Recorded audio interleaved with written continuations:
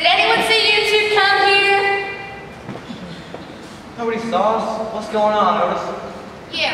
What are we gonna steal this time? I was gonna have you steal the town payroll, but I got something better than that planned for you. Believe it or not, the annual Cactus Pass Jamboree is gonna take place. Oh, goody. Family fun for everyone. Forget family fun. That hoity-toity rich guy, Barrington, is putting $5,000 in the Cactus Pass bank tomorrow morning. It seems this town can be bribed.